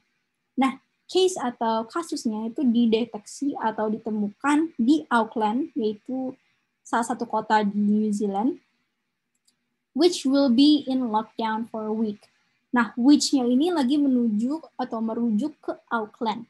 Auckland, lagi diomongin tuh Auckland yang bakal lockdown untuk a week, yaitu 1 minggu. Kalau kalian lihat kata-kata which, itu biasanya langsung kata yang sebelumnya dibicarakan atau ditulis, nah itu yang lagi dibicarakan. Misalnya ini, the case was detected in Auckland, which will be in lockdown for a week. Yang lockdown bukan kasusnya, tapi yang lockdown adalah Auckland-nya atau kotanya ini. Sedangkan the rest of the country atau bagian lain dari negara will be in lockdown for 3 days. Akan di lockdown untuk 3 hari. Ntar ada chat. Oke. Enak ya bersusun. Siap. Oke. Lanjut. Lucu banget. Authorities. Nah, ini cara ngomong author itu kalau teman-teman tahu autor buku novel. Nah, itu ngomongnya bukan author tapi author. Jadi kayak O-T-O-R. Authorities say they are working on the assumption that the news case was the Delta variant. The assumption, bukan the assumption, karena ini kayaknya udah pada tahu ya. The habis the itu vokal hurufnya A, berarti dipakainya the assumption. That the new case was the Delta variant. Tadi yang aku bilang kalau ada poin penting yaitu COVID-nya itu jenis apa. Nah ini Delta variant. Kemudian yang bawah-bawahnya itu cuman deskripsi aja. Nah, ini di paragraf yang kedua ada bilang, Prime Minister Jacinda Ardern said the toughest level 4 rules were required, closing schools, offices, and all businesses with only essential services remaining operational. I want to assure New Zealand that we have planned for this eventuality. Going hard and early has worked for us before, she said. Dan biasanya di news atau di berita itu pasti setiap orang ngomong dan ada kutipannya itu pasti ngomongnya pakai verb kedua atau pakai past tense. Prime Minister Jacinda Ardern said. Perdana Menteri Jacinda Ardern bilang bahwa said-nya dalam kata lampau, bukan say, tapi said pakai id. the toughest atau yang paling sulit ya, rules atau peraturan yang paling sulit yaitu level 4 were required atau dibutuhkan. Terus kayak gimana sih peraturan level 4 itu? Menutup sekolah, menutup kantor, dan menutup bisnis. Kecuali pelayanan yang esensial. Kayak misalnya rumah sakit, atau polisi, atau ada Satpol PP nggak ya di New Zealand? Tapi kalau misalnya ada itu nggak tutup. I want to assure New Zealand that we have planned for this eventuality. Nah, di sini ada 2 verb yaitu I want to, yaitu present tense. Dia bilang kalau dia pengen, yang sekarang ya present, that we have planned atau kita telah merencanakan. Nah, ini adalah kata-kata present perfect tense. Ada have dan ada plan-nya itu bentuk ketiga atau verb 3.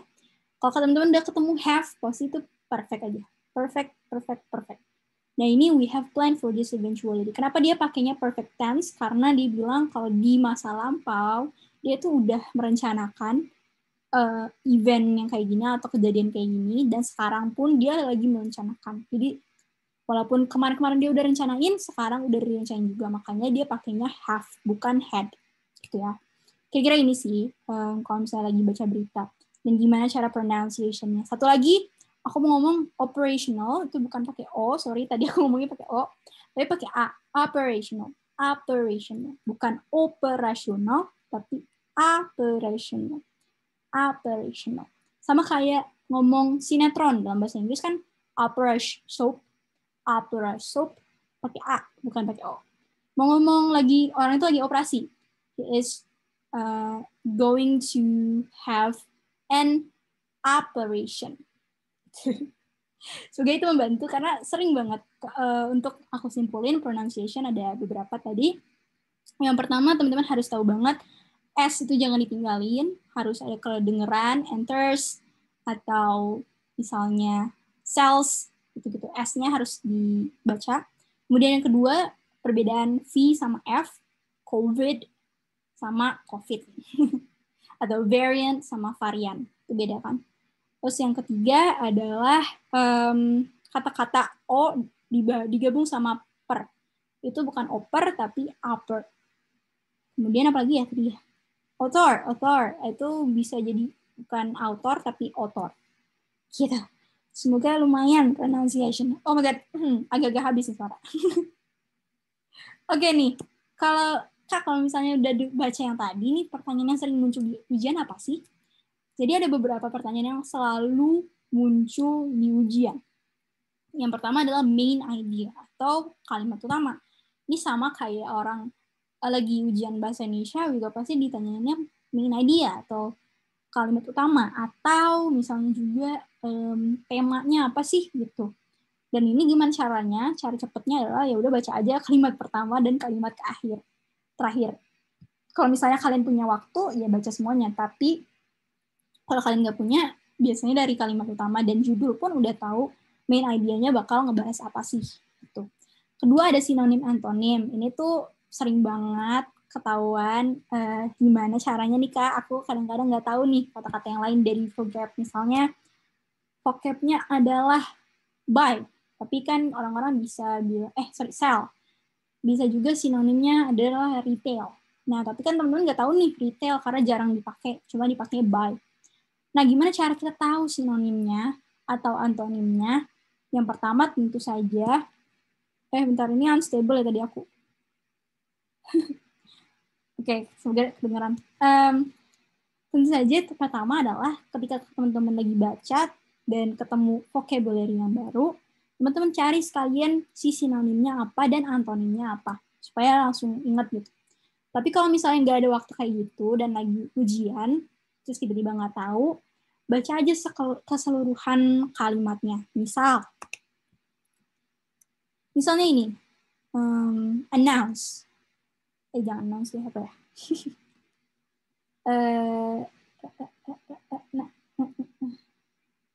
Ini aja, coastal.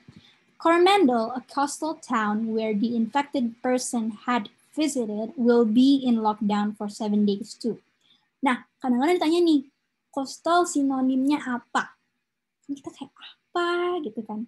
Cuman kalau kita translatein secara kalimat, kita tahu nih Coromandel, atau itu nama kota ya Coromandel, sebuah bla bla bla kota di mana orang yang terinfeksi itu telah kunjungi juga bakalan di lockdown untuk 7 hari.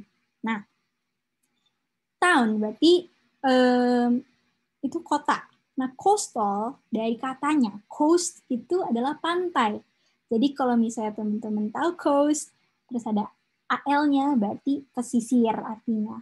Coastal town berarti kota pesisir.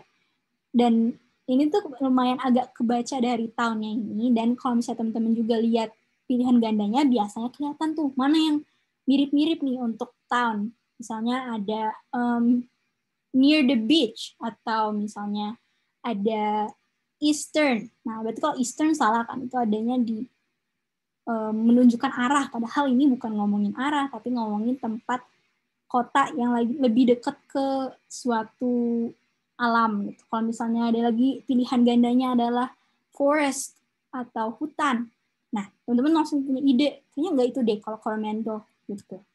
Lumayan sih, nanti aku bakalan lebih jelasin di contoh soal, ini mungkin nggak terlalu kelihatan, ya kira-kira gitu.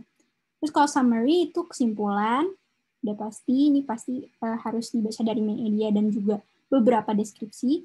Kemudian intonasi, biasanya kalau kita baca news, ada yang bikin kita sedih, ada yang bikin kita marah atau seneng. Nah, itu teman-teman harus tahu dan baca dari awal sampai akhir. Kayak gimana intonasi yang penulisnya. Mood juga mirip sih kayak gitu. Dan yang terakhir seputar beritanya itu sendiri. Kayak misalnya, varian apa yang ada di New Zealand dan menyebabkan New Zealand lockdown. Itu pertanyaannya. Nah, teman-teman baca, oh variannya adalah Delta variant. Gitu. Jadi pertanyaannya yang sering muncul kayak gitu. Nah, di chat ada yang nanya, Kak, cara baca kata yang belakangnya id sama is gimana ya? Nah, iya Kak, soalnya biasanya ada yang dibaca id, ada yang nggak dibaca. Coba ya. Enters. Kalau kita ngomong enters, S-nya kebaca. Kemudian kalau misalnya kita bilang entered, itu entered, third. D-nya itu kayak deh gitu. Bukan ed kayak kokolah kita ngomong ed gitu, tapi deh. Kebaca nggak sih? Misalnya apa ya? Ini lihat lagi di sini deh. Announced. Nah, kalau kita mau ngomong deh-nya tuh kayak lagi dicipratin dikit, bukan the yang announced. Nah, jangan ditahan tapi agak dicipratin lagi. Announced. Kalau misalnya pakai S berarti announces. Lebih ada s gitu, ada S-nya. Kalau detected. Nah, detected sama detectis. Nggak ada detectis, apa ya detectis kali ya per untuk S-nya. Oke, I don't know about that. Anyway, misalkan ini lagi, apa lagi nih? Infected. Nah, itu juga sama infected. Udah becek-becek dikit. Kalau ada S-nya nggak sih infected tuh? Infects, ya kayaknya. Infected. Nah, itulah. Ini atau enggak ini? Visited. Nah, ini juga agak-agak beda sih sama infected. Kayaknya ini lebih ke gimana teman-teman sering dengar sih, bisa bedainnya kalau misalnya id sama yang id yang dibaca dan kalau dicipratin itu kayak gimana. Kalau misal jangan ngomongnya ed aja deh. Nah, itu aja sih. Bagi aku tipsnya adalah jangan ngomongnya kayak ed. Visited. Nah, itu jangan, lebih dihindari aja, tapi ngomongnya visited. Jangan visited. Atau infected. Atau vaccinated. Nah, itu kayak gitu-gitu dihindari aja. Mendingan ngomongnya vaccinated. Atau infected. And visited. Dan gitu-gitu. Jadi jangan terlalu difokusin ke ted. Atau kalau dalam bahasa Inggris itu jangan terlalu impace. Jangan terlalu tekan di akhir, tapi lebih tekannya kata-kata di awalnya. Visited. Atau tested. Gitu. Announced. Gitu. Vaccinated. Begitu deh. Semoga lumayan terbaca. Kalau bedanya sama S tuh kedengeran banget sih kalau teman-teman ngomongnya S. Offices. Gak kedengeran D-nya kan. atau businesses, atau apa lagi sih ini? Planned. Nah, itu kan D. Semoga lumayan terdistinguish ya. Impact. Ya, betul. Itu tuh sebenarnya yang ada ed itu bentuk verb yang regular atau yang bukan pengecualian. Kalau yang pengecualian itu misalnya buy sama bought. Itu kan sebenarnya kata verb kedua, cuman bukan buyed kan, tapi bought. Nah, itu lebih hafalan aja sih. Nanti teman-teman boleh cek thread-nya Twitter Inggris bersama, itu ada. Disappointed, ya. Study sama studied, ya, betul. Cool banget. Oh my god, you guys are cool. Boleh tepuk tangan untuk diri sendiri.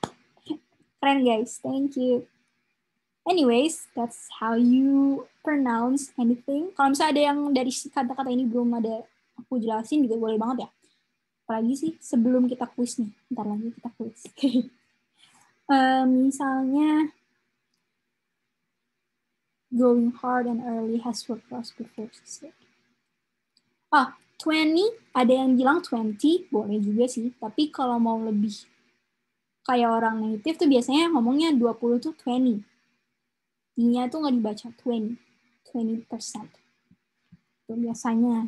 Itu tapi pengetahuan aja, sebenarnya boleh juga 20, boleh. Wanted, itu ada yang wanted, ada juga wanted, bisa. Beda artinya kalau wanted itu pengen, kalau wanted itu diburu. Jadi hati-hati nih, pronounce itu bisa beda artinya. Kalau wanted, need aja, T-nya nggak dibaca wanted, itu pengen.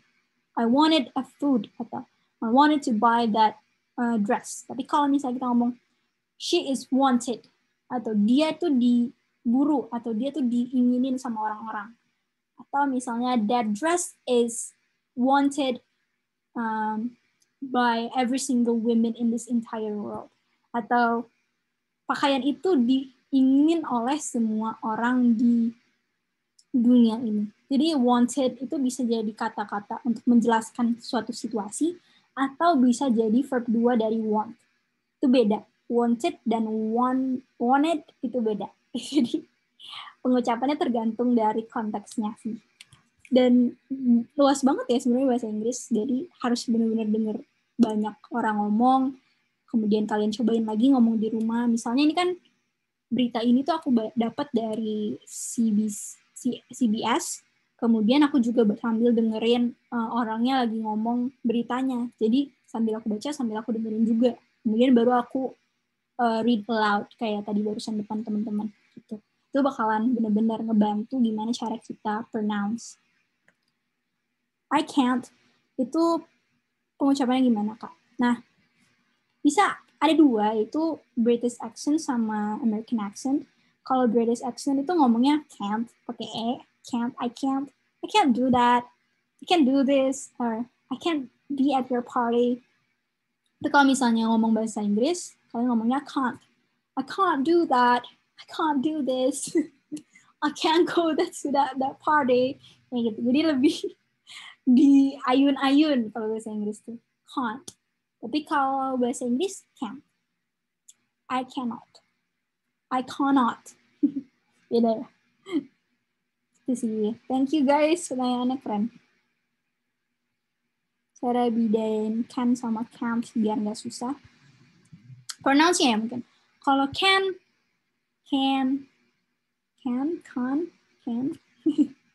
Oh iya, bedain juga kalau bahasa American accent itu kalau ngomong can bisa sama can kaleng itu kadang-kadang beda. Sama tapi kayak kadang-kadang tuh beda pengertiannya. Jadi tergantung konteksnya lagi. Misalnya I can't do that dibandingkan dengan can you grab me that can? Bisa nggak kamu ngambilin kaleng itu? Itu beda ya. Sama-sama. Tuh. Kalau can sama can't agak susah bedainnya. Kalian tinggal becekin aja sih di akhir. Kalau can't, jadi ada t-nya dikit kayak can't. Kalau can ya can aja biasa. Tuh. Ada lagi. Aneh banget gue sumpah ngomongin pronunciation tuh. Agak-agak lucu sendiri jadi. Itu ya. Oke, nanti kita lanjut lagi kalau misalnya ada pertanyaan. Nah, ini ada lagi. Satu lagi, ini buat di quiz, tapi aku bacain dulu secara garis besar ya. Tapi nggak akan aku kasih artinya. Jadi teman-teman boleh simak dengan seksama karena nanti ada di quiz. Oke. Quiz ini santai banget tapi ya. Quiz ini untuk supaya teman-teman lebih ingat aja sih. Tadi yang udah dipelajarin apa aja. Oke. There are many theories about the beginning of the drama. Bentar, dan nulis. Sorry. Hai, jangan ditulis-tulis. Oke. Oke, ulang ya. There are many theories about the beginning of drama in ancient Greece. The one most widely accepted today is based on the assumption that drama evolved from ritual. The argument for this view goes as follows. In the beginning, human beings viewed the natural forces of the world, even the seasonal changes, as unpredictable, and they sought through various means for control these unknown and feared powers. Kedua itu powers. Typo guys, itu feared powers harusnya. Those measures which explained to bring the desired results were then retained and repeated until they hardened into fixed rituals. Eventually, stories arose which explained or veiled the mysteries of the rites. As time passed, some rituals were abandoned, but the stories later myths and provided material for art and drama.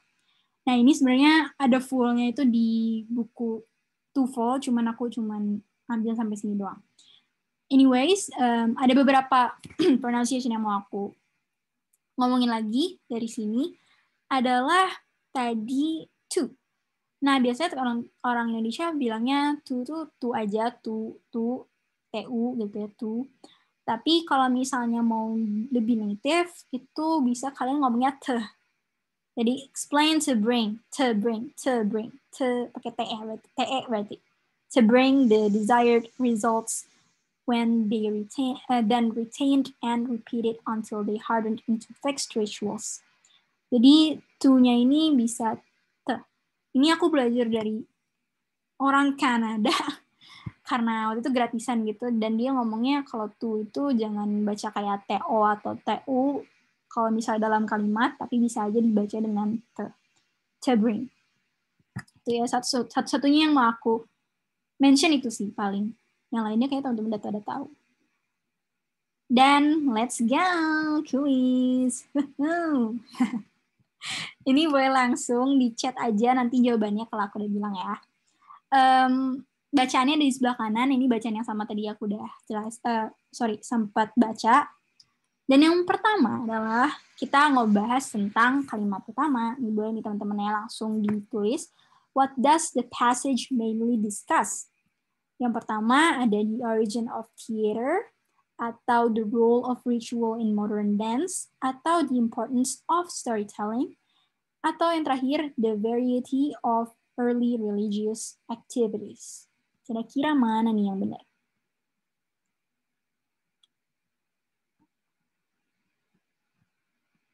Lumayan ini salah satu kuis yang cukup challenging daripada kuis-kuis Inggris bersama yang sebelum-sebelumnya. Tapi ini aku yakin bakal berguna banget bagi teman-teman kalau misalnya mau ikut ujian apapun itu, pasti ada pertanyaan ini. Boleh ya dijawab langsung di kolom komentar. Kalau nggak tahu jawabannya, tebak aja nggak apa. Siapa tahu benar.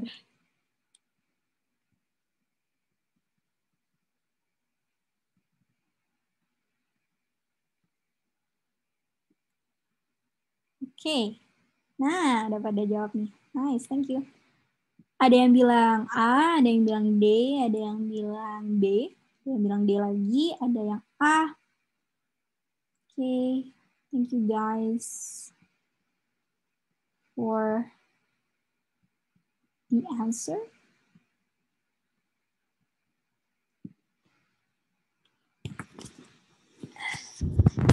Aku Aku tunggu dulu sampai semuanya jawab ya. Ups, sorry. Jawab A, ada yang jawab B. Apakah kalian mau ikut ke kelompok A atau kelompok B?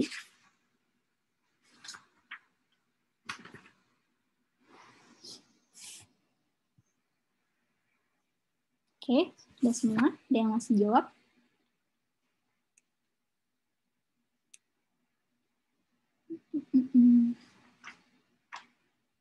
Oke, udah semua ya?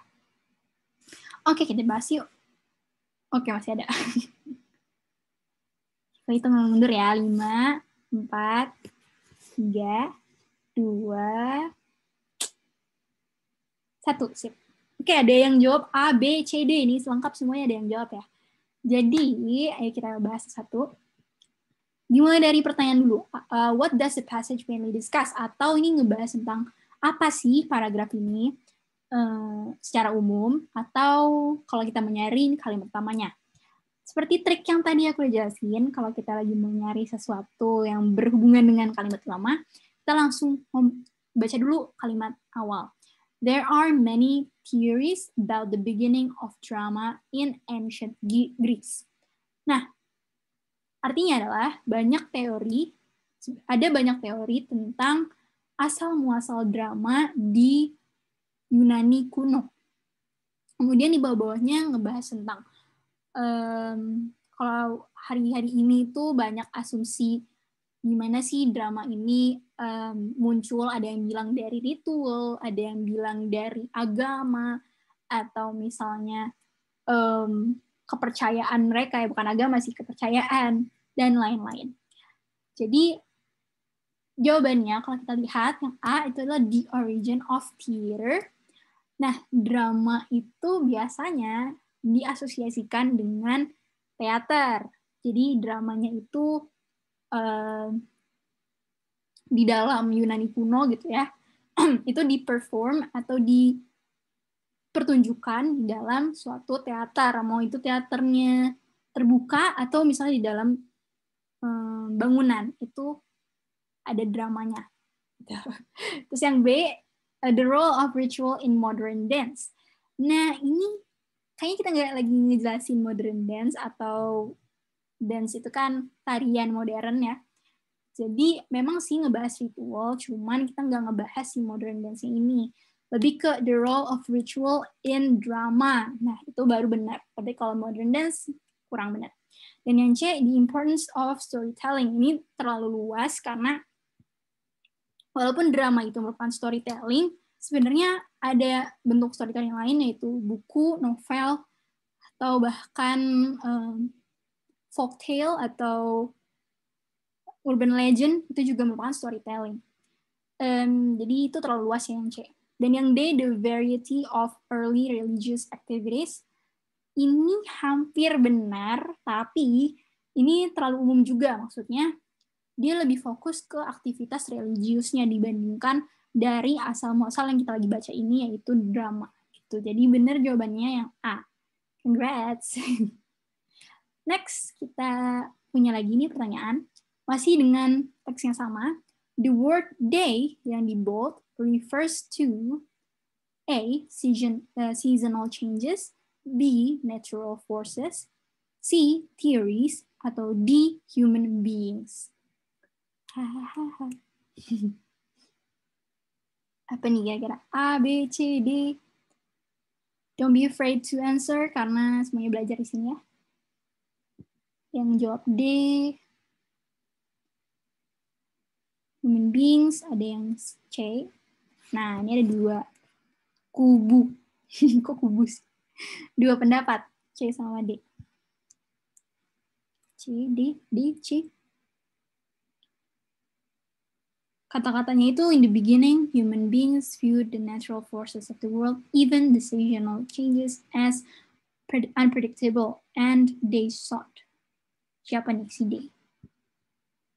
Si jawab, thank you guys for answering, for giving us your question. D. C, ada yang D, ada yang C. Ini B, D. Gak apa-apa, yakin aja, yakin. Believe in yourself. Sorry. D. Oke, aku hitung mundur ya. 5, 4, 3, 2, 1. Nah, kalau kita translatein di kalimat yang ada D-nya, in the beginning atau dalam asal muasalnya atau dari dulunya, awalnya gitu ya. In the beginning itu awalnya, human beings atau manusia atau umat manusia viewed atau menganggap, bisa juga menganggap walaupun di arti benerannya dalam kamus adalah melihat, tapi kalau ini viewed di sini bisa menganggap the natural forces of the world atau apa ya, bukan upaya alam gitu ya, semua yang berbau-bau alam, forces itu kayak kekuatan alam dari dunia, even the seasonal changes atau bahkan pergantian musim itu dianggap atau as unpredictable atau dianggap sebagai hal yang tidak bisa diprediksi. And they thought, dan mereka menganggap juga through various means to control these unknown and feared powers.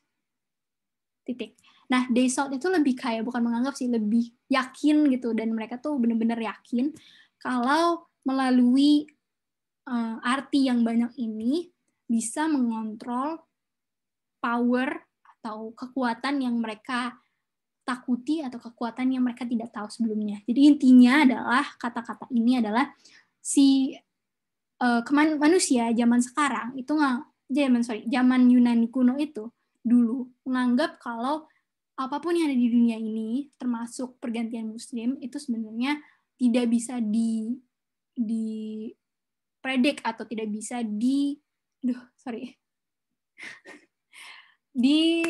oh my god, come on guys, help me. Diprediksi itu apa ya? Bahasa Indonesia-nya diprediksi doang kali. Dan mereka itu yakin banget kalau ada power atau ada arti dari ketakutan, kekuatan-ketakutan yang mereka tidak tahu. Gitulah intinya. Which is very weird, but yeah, intinya adalah mereka punya kepercayaan aja gitu. Diramal, ya benar-benar. Tidak bisa diramal. Gitu. Thank you. Nah, di sini cara gampangnya kalau teman-teman nggak tahu arti dari konteks ini, dan aku pun masih kayak bingung-bingung gitu, cara tahunya adalah ketika kalian lihat day, kalian langsung lihat sebelumnya yang ada 2 orang lebih, itu siapa? Tuh. Kalau in the beginning human beings, 2 orang lebih kan, ada S-nya. Viewed the natural forces of the world, even the seasonal changes. Jadi sebenarnya dari sini pun udah ketahuan kalau jawabannya adalah human beings atau they. Cuman kalau misalnya teman-teman kayak ragu gimana caranya, teman-teman lihat struktur grammarnya. Di sini ada kata kerja yaitu viewed. Nah, viewed itu kata kerja kedua kan. Sebelum kata kerja ada apa? Ada subjek. Jadi kalau ada kata pronoun atau kata ganti subjek yaitu they, teman-teman langsung lihat mana kata kerjanya, viewed. Berarti they-nya ini adalah si human beings-nya atau subjeknya. Itu. Artinya yang they. Agak panjang nih. Semoga kejawab. Nomor 3 dari 5 soal. What aspect of drama does the author discuss? Apakah A, the reason drama is often unpredictable? Atau B, the seasons in which dramas were performed? Atau C, the connection between myth and dramatic plots? Atau yang D, the importance of customs in early drama? Boleh dibaca dulu yang kanan. Aspek drama apa sih yang lagi dibahas?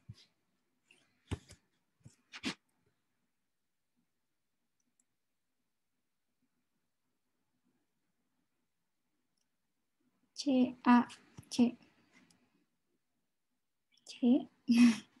Kita tanya. Oke. Menurutku ini soal lumayan agak menjebak sih. Aku pun lagi ngerjain ini kayak, apakah ini? Atau yang ini? Tapi kita bisa tahu kok dengan jelas gimana cara bedainnya. C, A. Si jawab. Sip. Aku hitung mundur lagi ya. Maaf nih agak cepat soalnya bentar lagi kita jam 3. Oke. Thank you. 5, 4, 3, 2, 1. Nah, aspek apa sih yang lagi dibahas sama penulis ini? Aspek drama yang mana? Kalau yang A, the reason drama is often unpredictable. Atau alasan kalau drama itu, kenapa sih drama suka tidak bisa diramal atau diprediksi tadi? Apakah menjelaskan tentang ini si kalimat si paragrafnya? Enggak. Karena di paragraf ini dibahas tentang asal muasal drama ya. Jadi bukan karena kenapa drama itu tidak bisa diprediksi. Karena ada beberapa drama yang gitu-gitu terus. Kayak misalnya cerita tentang cewek miskin ketemu sama cowok kaya. Nah, itu kan dramanya gitu-gitu terus kan. Dan kadang-kadang bisa diprediksi. Yang unpredictable ini adalah ketika zaman dulu orang ancient Greece ini melihat seasonal changes atau pergantian musim atau juga kekuatan-kekuatan alam lainnya. Nah, itu yang unpredictable. Ya, terima kasih Trivena. Hati-hati. Terus yang B, the seasons in which drama were performed. Ini juga salah, karena kita bukan ngejelasin itu, tapi ngejelasin kepercayaannya orang Yunani. Dan yang C, the connection between myths. Yang D dulu deh, the importance of costumes in early drama. Dan ini tuh gak terlalu dibahas banget ya kostum tuh, jadi salah, sudah pasti. Dan yang C, the connection between myths and dramatic plots. Dan jadi ada koneksi apa sih antara mitos-mitos di zaman dahulu dengan plot atau alur jalan cerita yang dramatis kayak gitu. Itu dijelasin banget di paragraf ini karena dia bilang tadi kalau drama itu evolved from ritual. Ritual kan tadi aku bilang salah satu contohnya adalah mitos, dan ini juga ada di paragraf terakhir, as the time passed, some rituals were abandoned, but the stories later myth was and provided material for art and drama. Jadi ada koneksi antara mitos dengan jalur cerita dari drama-drama yang berasal dari ancient Greece. Contohnya Casablanca misalnya. Itu ada mitosnya sendiri dari Yunani kuno, atau Cleopatra itu ada mitosnya sendiri kan. Dan makanya itu tuh mempengaruhi drama-drama di masa sekarang. Gitu. Terakhir, the word ini terakhir apa keempat sih? The word assumption is not closest in meaning to abruption, speculation, belief, presupposition. Assumption.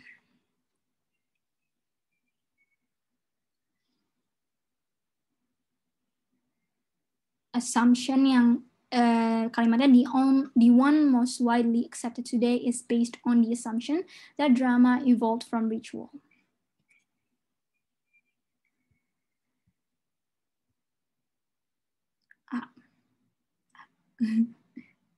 Nice. Whoa, you guys are so smart. Shock lah aku. Keren banget. What? That's so cool. That's so cool, guys. So cool. Nice. Thank you for answering, guys. Yap, benar jawabannya adalah yang A, yaitu abruption. Karena artinya adalah abrupsi. Aku nggak tahu itu, aku sebenarnya ngaco. Aku ngetik aja apa yang ada di kepala aku, abrupsi. Kayaknya nggak ada sih artinya itu, kata-kata itu. Dan assumption itu artinya asumsi atau mengasumsi, hipotesis ya bisa jadi. Jadi salah satu sinonimnya adalah spekulasi, belief atau kepercayaan. Kepercayaannya itu lebih kayak kalau hipotesis kan kita menghipotesa sesuatu yang belum terjadi, kita biasanya berdasar dari belief kita dulu atau pendapat kita dulu. Jadi sebelum itu terjadi, we have a certain belief where this thing is going to happen kayak gitu. Preposisi juga, preposition dari namanya aja udah ada pre, berarti pre itu kita lagi kayak prediksi. Gak ada yang, kalau pre itu maksudnya dilakuin sebelum, berarti presupposition itu juga sama artinya dengan assumption, menduga benar. Nice guys, so cool. Nah, tapi kalau misalnya antonimnya dari sought, apa nih? Dia udah sempat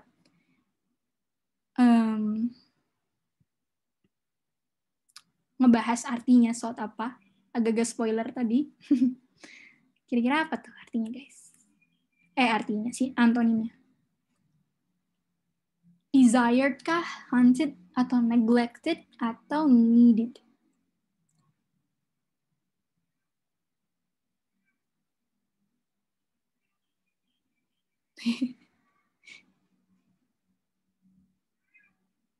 Yakin, Cek? Are you sure?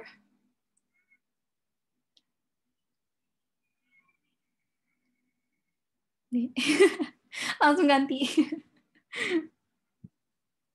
Gak apa guys, yakinlah pada diri sendiri. Alright, B, ada yang B, ada yang C. Yay. Udah semua? Aku hitung lagi ya, 3, 2, 1. Antonim dari sought adalah, sought itu kan tadi aku bilang kayak dia yakin banget, dia pengen bener banget gitu ya. Dan sought itu dalam berbagai macam literasi itu lebih kayak keinginan mereka. Kayak I sought to be the best in my class. Nah, aku pengen jadi seorang yang benar-benar top di dalam kelasku. Jadi kepengen. Jadi desired benar. Desired itu pengen juga dan merupakan sinonim dari sought. Kemudian hunted, ini aku baca di kamus sebenarnya. Hunted itu ternyata bisa juga dari sought, cuman walaupun lebih jauh ya, karena desired itu dekat banget sama sought, karena dia artinya kepengen banget. Kepengen benar, kepengen sesuatu hal. Hunted ternyata juga pengen, misalnya, gue pengen hunting baju deh, gitu. Berarti pengen berburu baju sebenarnya, tapi hunted di sini adalah kepengen baju gitu, kepengen sesuatu, hunted. Dan yang D itu needed atau butuh sesuatu, dan ini juga bisa digantikan dengan sought. Antonim, iya antonim. Antonimnya adalah neglected atau ditinggalkan. Atau bisa juga antonim dari sought yang lain adalah unwanted atau abandoned. Juga bisa. Unwanted, neglected, abandoned itu sama. Antonimnya dari sought. Alright, that's it for today's class. Thank you so much for your attention, guys. Dan jangan pergi dulu, as always, karena